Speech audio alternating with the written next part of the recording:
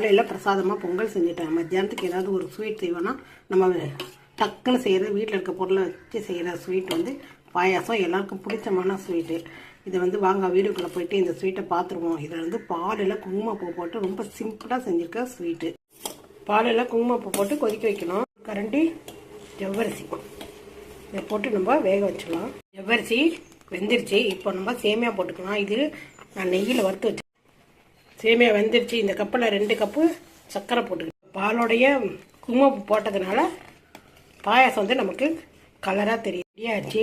நான் வீட்டில் வந்து பச்சை கற்பூரம் வச்சுருந்தேன், அது கொஞ்சம் போடுறேன். வீட்டில் இருந்ததுன்னா நீங்கள் போட்டுக்குங்க. அப்புறம் ஏலக்காய்க்கு பதில் வெண்ணிலா எசன்ஸ் இருந்தால் அதை யூஸ் பண்ணி பாருங்கள். ரொம்ப நல்ல ஒரு ருசியை கொடுக்கும் இந்த வெண்ணிலா எசன்ஸு.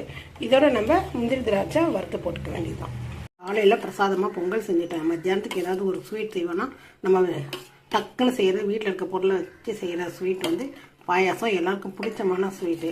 இதை வந்து வாங்க வீடியோக்குள்ளே போயிட்டு இந்த ஸ்வீட்டை பார்த்துருவோம். இதில் வந்து பாலில் குங்குமப்பூ போட்டு ரொம்ப சிம்பிளாக செஞ்சுருக்க ஸ்வீட்டு.